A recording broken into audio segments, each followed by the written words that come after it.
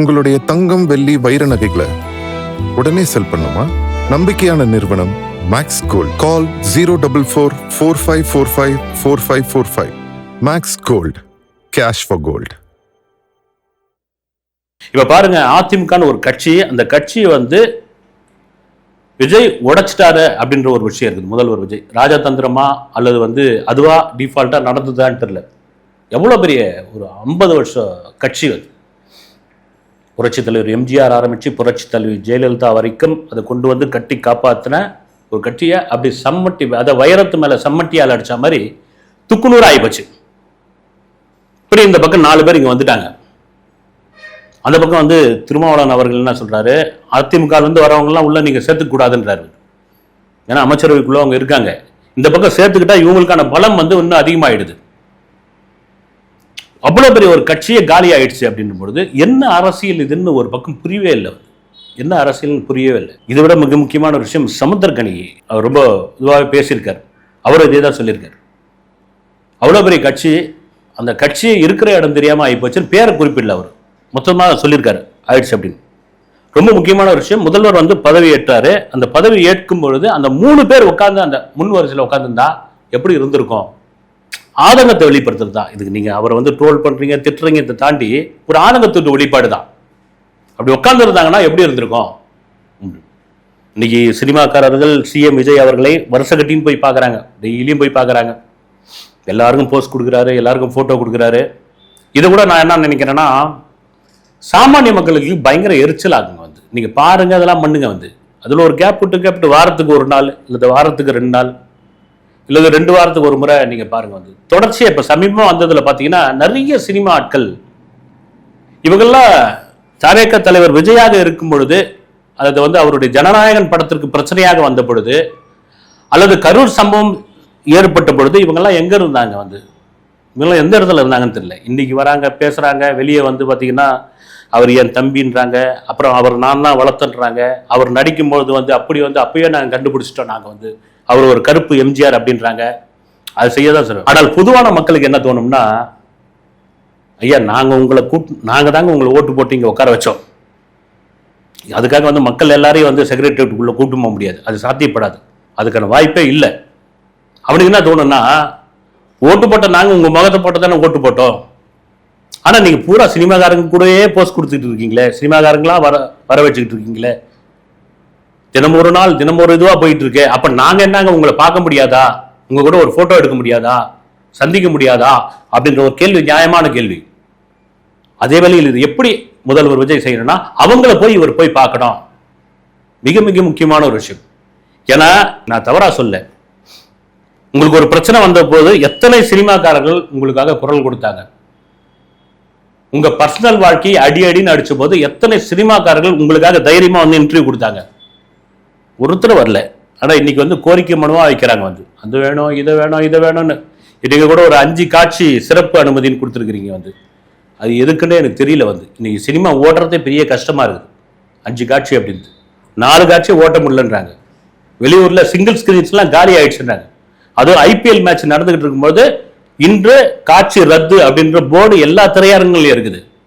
அப்ப எதுக்கு 5 காட்சின்னு தெரியல. எல்லாம் மொபைலுக்குள்ள விழுந்துட்டாங்க. நல்ல படம் எடுத்தா வந்தா பார்க்க போறாங்க, கண்டிப்பா பார்க்க போறாங்க. அதே வேளையில் சாமானிய மக்களை முதல்வர் போய் சந்திக்க வேண்டும் என்பது பொதுவான கருத்து. ஏன்னா 15-16 நாள் ஆயிடுச்சு. கரூருக்கு எப்போ போவாரு அப்படின்ற ஒரு கேள்வி இருக்கு. கண்டிப்பா அது ஏன் சிஎம் விஜய் ஒருவேளை தள்ளி வச்சிருக்காரா அல்லது அவர் ப்ரோக்ராம் லிஸ்ட்ல அது மாத்தி வச்சிருக்கான்னு தெரியல. கண்டிப்பாக நீங்க கரூருக்கு சென்று இருக்க வேண்டும், சூட்டோடு சூடா சென்று இருக்க வேண்டும். ஏன்னா இப்ப யாரும் உங்களை அரசியல் தேர்தலுக்காக பண்றாரு, ஓட்டுக்காக பண்றாரு அப்படின்ற விமர்சனம் யாருமே செய்யவே மாட்டாங்க, செய்யவும் முடியாது. அந்த மக்கள் கண்டிப்பா உங்களை பார்க்க வந்தவங்க, உங்கள் மீது அபிமானம் கொண்டவர்கள், உங்களை திரையில தூரத்துல இருந்து பார்த்து ரசித்தவர்கள், அவங்க கிட்ட பார்க்கணும்னு வந்தவங்க. நான் திரும்ப சொல்றதுதான், இங்க இருக்கிற 108 எம்எல்ஏக்களுக்கான ஓட்டு உங்க ஒற்றை முகத்துக்காக கிடைத்த ஓட்டு தான் அது.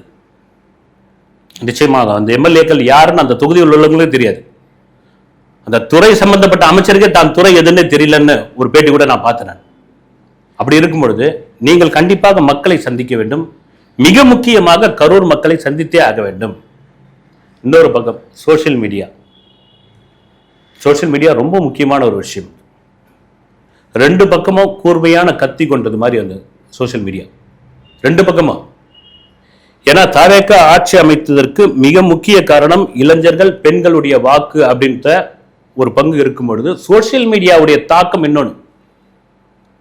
ஏன்னா கடந்த எலெக்ஷன்ல 2 திராவிட கட்சிகளும் 1000 கோடிகள்ல செலவு பண்ணி தங்களுக்கான சோஷியல் மீடியா அமைப்புகளை, ஐடி விங்குகளை, பெண் மீடியா, அந்த மீடியா, இந்த மீடியா, பணத்தை தண்ணி மாதிரி அரைச்சாங்க.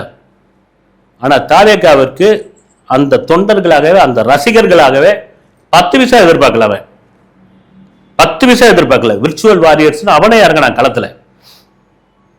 அவனுடைய திறமை மொத்தத்தையும் காட்டினான். இந்த சோசியல் மீடியா எப்படி பயன்படுத்தணும், இந்த சோசியல் மீடியா எப்படி பயன்படுத்தினா ஒரு கட்சி ஆட்சி அமைக்க முடியும் அப்படின்ட்டு வந்து சாதிச்சு காட்டினாங்க. நீங்க அந்த சோசியல் மீடியா கண்டிப்பா நீங்க ரெஸ்பான்ஸ் கொடுத்தே ஆக வேண்டும். அதை வந்து இடது கையில் நீங்கள் உதறி தள்ளவே முடியாது. அதை நீங்க வந்து இடது கையில் உதறி தள்ளவே முடியாது. காரணம் என்னன்னா சோசியல் மீடியாவுடைய தாக்கம் இன்னைக்கு பெரிய அளவில் இருக்கிறது.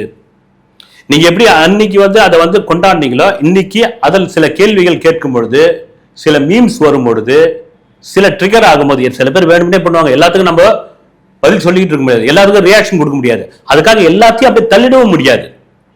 சிலது பதில் சொல்லி ஆகணும், சிலது கவனிச்சு ஆகணும், சிலது கேள்வி கேட்கறாங்கன்னா அதை வந்து பார்த்துட்டு தான் ஆகணும்.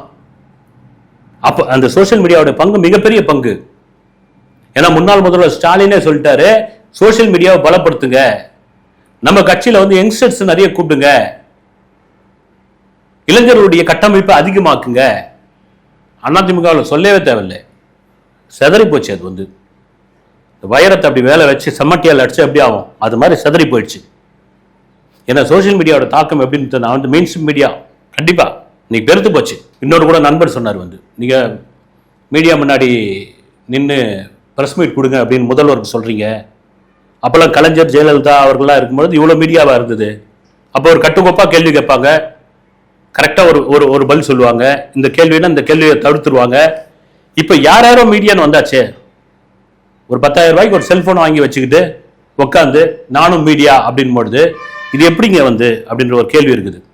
நான் என்ன சொல்றேன்னா, அரசு அடையாள அட்டை பெற்ற செய்தியாளர்களுக்கு மட்டும் நான் பிரஸ் மீட் கொடுக்குறேன்னு ஒரு விஷயம் சொல்லுங்க.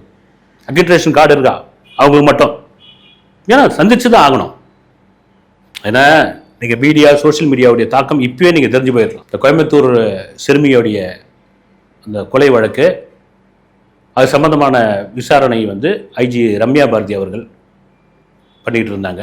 அப்போ ப்ரெஸ் மீட் கொடுக்கறதுக்கு முன்னாடி அவங்க சிரிச்சு பேசுற, தன் கூட இருக்கிற 2 ஐபிஎஸ் அதிகாரிகளோட சிரிச்சு பேசுற ஒரு காணொலி வந்துருது. அது எப்படிங்க வந்து ஒரு அதிகாரி வந்து இவ்வளோ பெரிய ஒரு சம்பவம் நடந்திருக்குது, நாட்டையே உலுக்கி எடுத்திருக்குது, இந்த நேரம் கெக்கா பெக்கான்னு சிரிச்சுட்டு இருக்காங்க. என்னங்க இதெல்லாம் வந்து இப்போ வேணும்னே பண்றதா? பூரா சோசியல் மீடியாவில் எடுத்து போடுன்னு போட ஆரம்பிச்சாங்க. ஆனால் போட்டாங்களே கண்டி மக்கள் யாராருக்கு வந்து ரியாக்ஷன், இதாங்க ரொம்ப முக்கியமான விஷயம். காரணம் என்னன்னா, அவங்கள மனுஷங்க தானே. அதுக்காக வந்து எப்பவுமே வெறப்பா மூஞ்சி வச்சுக்கிட்டே வந்து இறுக்கமா இருக்கணுமான்னா அது ஒரு விதத்தில் போலித்தனமாகவும் தெரிஞ்சு போயிடும். பேசுங்க அப்படின்னா அப்படியே ஒரு சோக சம்பவம், ஒரு சந்தோஷ சம்பவம் சிரிச்சு பேசுறது, ஏன் அவங்களும் இது தானே. ஏதோ ஒரு காரணம் பேசியிருக்காங்க, ஒரு கான்வர்சேஷன் நடந்திருக்குது, அதில் வந்து சிரிச்சிருக்காங்க. எதுக்கு சொல்றேன்னா, இதை எடுத்து சோசியல் மீடியாவில் எடுத்து பெரிய அளவில் பேசப்படும் பொழுது இதையே நீங்க கவனிக்கணும் அப்படின்ற ஒரு விஷயம்தான். இதெல்லாம் தாண்டி 16-17 நாட்கள் ஆகிறது. சொன்ன மாதிரி 6 மாதம் ஒரு ஹனிமூன் டைம் அப்படின்னு வாங்குது, ஹனிமூன் பீரியட் அப்படின்னு வாங்குது. ஒரு 6 மாதம் இல்லை 1 வருடம் இந்த ஆட்சிக்கு ஒரு கொடுங்க நீங்க. ஏன்னா மின்வெட்டு பற்றி பேசுறீங்க, மெட்ரோ வாட்டர் சரியா வரலன்னு, சென்னை மாதிரியான பெருநகரில் மெட்ரோ வாட்டர் வரலன்னு பேசுறீங்க. அப்புறம் இலவச பேருந்து எப்போ அப்படின்ற ஒரு கேள்வி போய் எழுத ஆரம்பிச்சிருச்சு. ஏன்னா இலவச பேருந்து மாநகர பேருந்து தான் இருந்தது. இப்போ நாங்கள் ஆட்சிக்கு வந்தோம்னா கன்னியாகுமரியிலேருந்து சென்னை வர வரைக்கும் எந்த பஸ்ஸாக இருந்தாலும் சரி, பெண்கள் வந்து கட்டணம் இல்லாமல் ஏறி வரலாம். ஏசி பஸ்ஸாக இருந்தால் கூட சரி, அது கன்னியாகுமரியில் கூட ஓடுற இதுவாக இருக்கட்டும், அல்லது வேலூருக்குள்ளே ஓடுற இதுவாக இருக்கட்டும், இல்லை விழுப்புரத்துலேருந்து சென்னை வரட்டும், சென்னையிலேருந்து செஞ்சி போட்டோம், எந்த பஸ்ஸாக இருந்தாலும் பெண்கள் இலவசமாக பயணம் பண்ணலாம். அப்படின்னா அது எப்படி சாத்தியக்கூறு ஆகும்? அது உடனே இம்ப்ளிமெண்ட் பண்ண முடியுமா? ஏன்னா நீங்க ஒரு என்ன சொல்றது, ஒரு வாக்குறுதி கொடுத்தாச்சு, அது உள்ள உட்கார்ந்து நிறைவேற்றும் பொழுதுதான் அது என்னன்னு தெரிய வரும், அதுக்கான நிதி சுமை என்னன்னு தெரிய வரும். இன்னைக்கு டெல்லிக்கு போயிருக்காரு. கண்டிப்பாக அது சம்பந்தமாக நிதித்துறை அமைச்சரிடம், அதிகாரிகளிடம் பேசுவார் விஜய். என்னன்னு பார்ப்போம். அடுத்த வீடியோவில் சந்திக்கிறேன். நன்றி.